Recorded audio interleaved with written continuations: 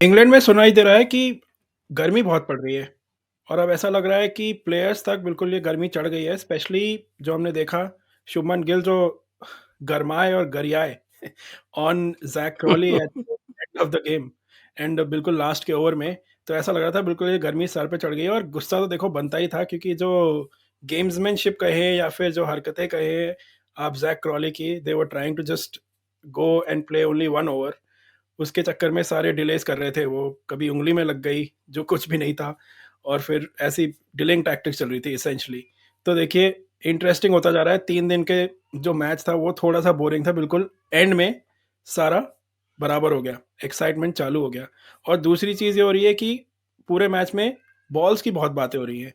कहीं ड्यूक्स की बॉल की बात हो, कहीं शुभमन गिल, ज़ैक क्रॉली की भी कुछ बॉल्स के बारे में बात कर रहे थे। तो काफ़ी कुछ एक्साइटमेंट बन गया है अब।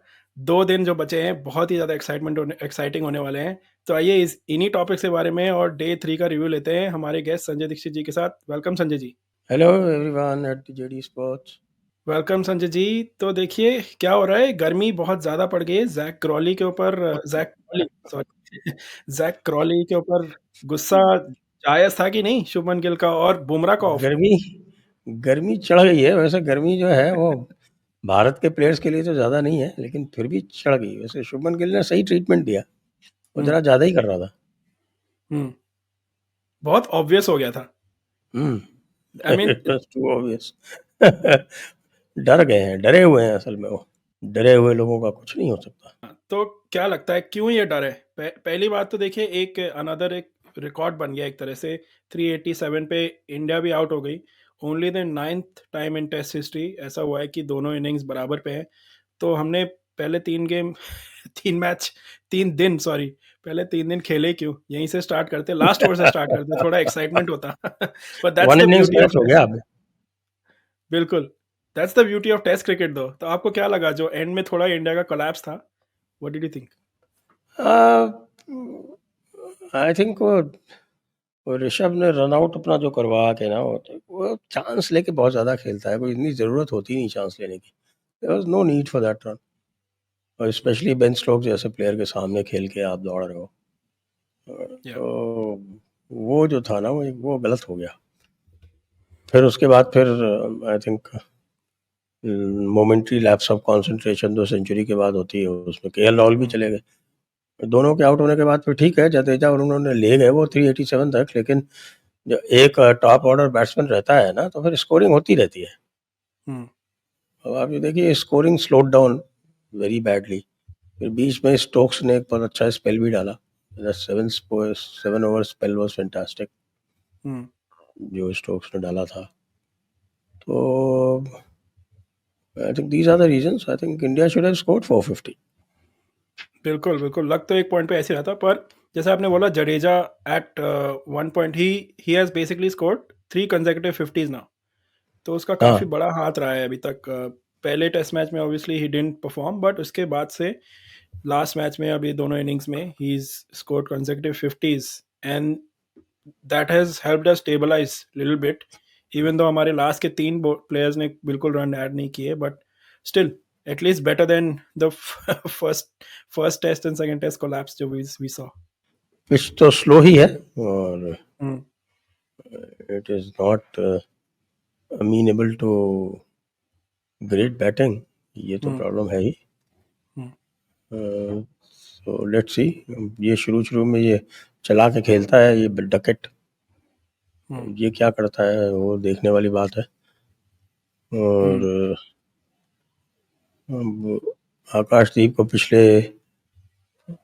इनिंग्स में विकेट नहीं मिला था, तो I guess it is his time no. Yes, of course. शायद बैसबॉल का रिटर्न हो जाए इस इनिंग्स में। आई फील लाइक बिकॉज अब 2 ही दिन बचे हैं, they would like to at least post, मेरे ख्याल से एटलीस्ट 300 रन तो बनाने ही चाहिए बिकॉज वी हैव सीन कि 372 पहले चेस हो चुका है इस ग्राउंड पे ही वर्ल्ड टेस्ट चैंपियनशिप में लास्ट टेस्ट जो हुआ था। बट उससे पहले मैं आपसे थोड़ा केएल राहुल की भी बात करना चाहूँगा क्योंकि KL Rahul now joined the honours board again. He is become the 12th batsman to be on the honors board, opening batsman basically for from India. And only the second Indian after Dilip Vengsarkar जिसने 2 inning में centuries बनाई है। Yes, और उसकी अभी तक 10 century हैं, 10 में से 9 जो हैं उसकी अब्रॉड है। ये भी बिल्कुल। इंटरेस्टिंग एक फैक्ट है। Out of his 10 centuries 9 are abroad, और या उसमें भी लॉर्ड्स पे 2 हैं और सेंचुरियन पे 2 हैं, बिल्कुल। जो मोस्ट प्रेस्टिजियस जो 1-2 माने जाते हैं ग्राउंड्स उसके ऊपर। So that's an interesting fact. And Rahul, I think, is stabilizing, is going from strength to strength.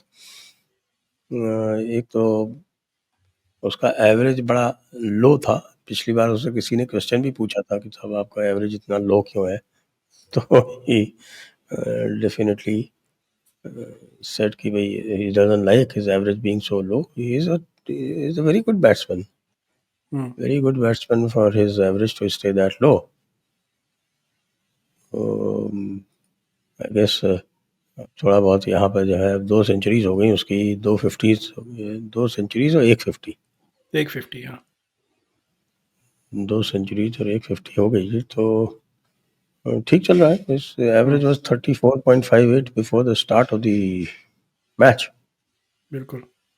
और इस मैच का अभी तक का अगर आप हिसाब ले लो तो his average is now 35.22, still quite low for somebody with 10 centuries. It is still quite low. बिल्कुल, थोड़ा 1-2 नॉट आउट इनिंग खेलेगा ना तो एवरेज बढ़ जाएगा। That's how it works sometimes.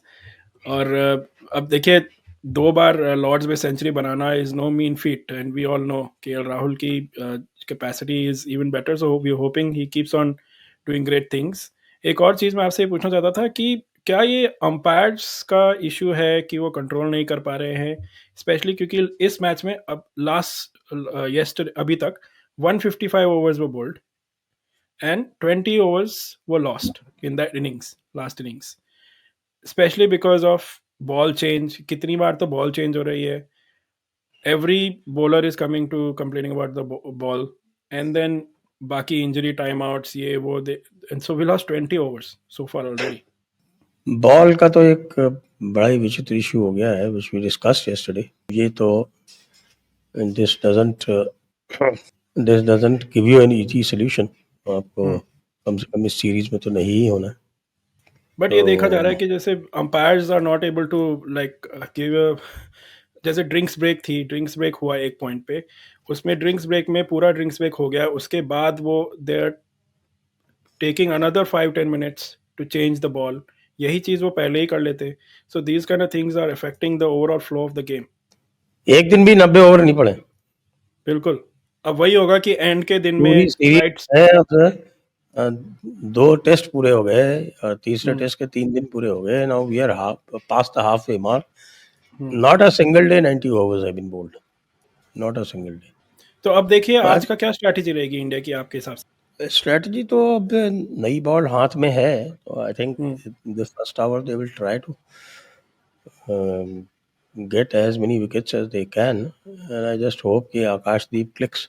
आकाशदीप पिछले मैच में 10 विकेट लिए थे उन्होंने। पहली इनिंग्स में एक भी विकेट नहीं मिला उन्हें। I think he was trying too hard.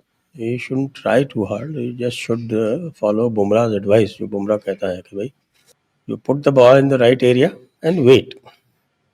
हाँ, वेट करो आप, जो है वो जबरदस्ती मैजिक बॉल डालने के चक्कर में मत पड़ो। मैजिक बॉल डालने के चक्कर में पता होता है ना तो मैजिक बॉल आती है और रन और पिट जाते हैं। So that's not a great idea.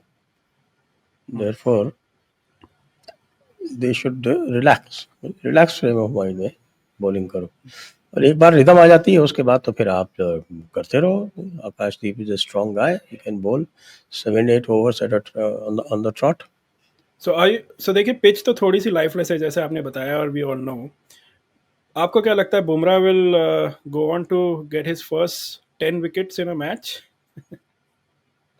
If Bumrah gets his first 10 wickets in a match, then we win. Simple as that. Of course. Yeah. But he is such a champion player क्योंकि देखिए last he got his first 5 wicket haul in Lords last innings में, and सबने उसको बोला कि ball दिखाओ जो करते हैं, you show the ball and put your appreciation and all that stuff, but he refused to do it. जबरदस्ती कराया गया उससे क्योंकि he is like अभी पूरी दोनों innings हुई नहीं है, मैच खत्म नहीं हुआ है. I will not celebrate till that point, and it just shows his mentality, what kind of a player he is. हाँ, वो तो देखिए आजकल जो इतना हाइपर सेलिब्रेशन होता है, वो तो बहुत ही उसका सेलिब्रेशन तो बड़ा म्यूटेड होता है विकेट लेने पे। इससे है ना लोगों ने कुछ कंपैरिजन किए क्योंकि उसका एक कोट भी आया था बाद में प्रेस कॉन्फ्रेंस में कि I am not a 21-22 year old जो हर चीज पे सेलिब्रेट करेगा एंड ओवर सेलिब्रेट करेगा. So people were comparing him to Virat Kohli. He was the complete opposite. और अब कुछ लोग ये भी कह रहे हैं for that matter, even Virat Kohli was not 21-22, but हाँ, he was he was even at doing this at 36, 36. 37. Yes. अब देख जिस तरह की गर्मा गर्मी चल रही है कि कुछ लोग कह रहे हैं कि बस इसमें थोड़ा विराट कोहली और का तड़का होता ना तो और भी मजा आ जाता है इस मैच में. नहीं तो आई एम हैप्पी कि शुभमन गिल ने कम से कम कुछ तो सीखा यस, और उचित शब्दों का भी प्रयोग किया. बिल्कुल. अब now we are set for an intriguing day next today. Let's see India can bowl them out as quickly as possible and then we go and to win this Lord's Test match. It will be a historic moment फिर से. Once again, thank you Sanjay ji for joining us. Thank you for having me.